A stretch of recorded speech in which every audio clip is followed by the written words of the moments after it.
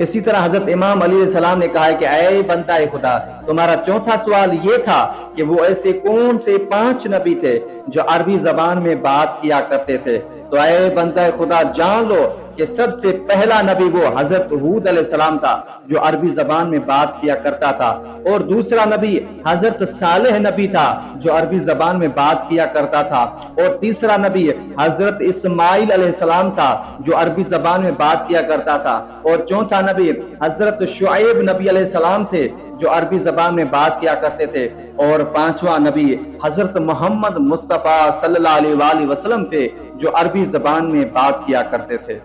اس کے بعد امام علی علیہ السلام نے فرمایا کہ تمہارا 5واں سوال یہ تھا کہ وہ ایسی کون سی مخلوق ہے جس پر اللہ نے وحی نازل کی مگر وہ نہ انسان ہے، نہ جن ہے، اور نہ ہی کوئی فرشتہ ہے؟ تو جان لو کہ اے بندہ خدا، وہ مخلوق شہد کی مکھی ہے۔ جی ہاں، جیسے کہ خداوند کریم قرآن مجید پارہ نمبر 16 اور سورہ نحل آیت نمبر 68 اور 69 میں فرماتا ہے، جس کا ترجمہ یوں ہے، اور دیکھو تمہارے پروردگار نے شہد کی مکھی پہ یہ وحی نازل کی کہ پہاڑوں میں، درختوں میں اور گھروں کی چھتوں میں اپنے چھتے بنا اور ہر قسم کے پھلوں کو کھاتی جا اور اپنے رب کے صاف رستوں پر چلتی جا۔ اس شہد کی مکھی کے پیر سے پینے کے لیے ایک شربت نکلتا ہے جس کے مختلف رنگ ہوتے ہیں، اور اس شربت میں اللہ نے لوگوں کے لیے شفا رکھی ہے، اور بے شک غور فکر کرنے والے لوگوں کے لیے اس بات میں بھی ایک نشانی ہے۔ اس کے بعد حضرت امام علی علیہ السلام نے فرمایا کہ تمہارا 6واں سوال یہ تھا کہ وہ ایسی کون سی مخلوق ہے جس پر انسانوں نے جھوٹ باندھا، لیکن وہ مخلوق بھی نہ تو انسان ہے، نہ کوئی جن ہے، نہ کوئی فرشتہ ہے؟ تو امام علی علیہ السلام نے فرمایا کہ اے بندہ خدا جان لو کہ وہ مخلوق بھیڑیا ہے۔ جی ہاں، جب حضرت یعقوب علیہ السلام کے بیٹوں نے حسد کے طور پر حضرت یوسف علیہ السلام کو تشدد کیا، مارا پیٹا اور ان کی قمیض اتار کر اس پر خون لگا کر حضرت یعقوب علیہ السلام سے کہا کہ بابا یوسف کو بھیڑیا کھا گئے، ہم نے بہت کوشش کی مگر اس کو ہم نہ بچا سکے۔ یاد رہے کہ اس بھیڑیا کا کوئی قصور نہیں تھا،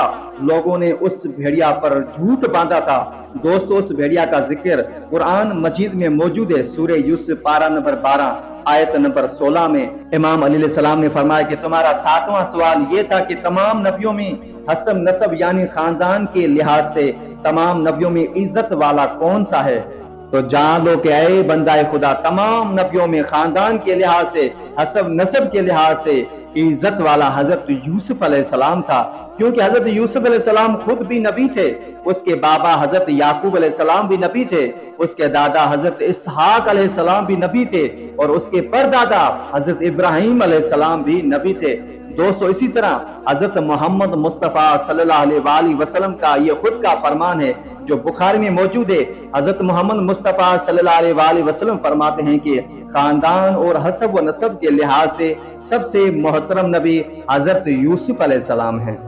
اور اسی طرح حضرت امام علی علیہ السلام نے کہا ہے کہ تمہارا 8واں اور آخری سوال یہ تھا کہ قرآن مجید میں ان آیتوں کی تفصیل قیامت کے بارے میں تجھے بتاؤں۔ تو جان لو کہ اے بندہ خدا، قرآن مجید میں ان آیتوں میں چھپا ہوا راز یہ ہے کہ قیامت کے دن حضرت آدم علیہ السلام کا بیٹا قابیل یہ کہے گا کہ اے کاش میں دنیا کی خاطر اپنے بھائی حابیل کو نقصان نہ پہنچاتا، میں اسے پتھر نہ مارتا، میں اسے شہید نہ کرتا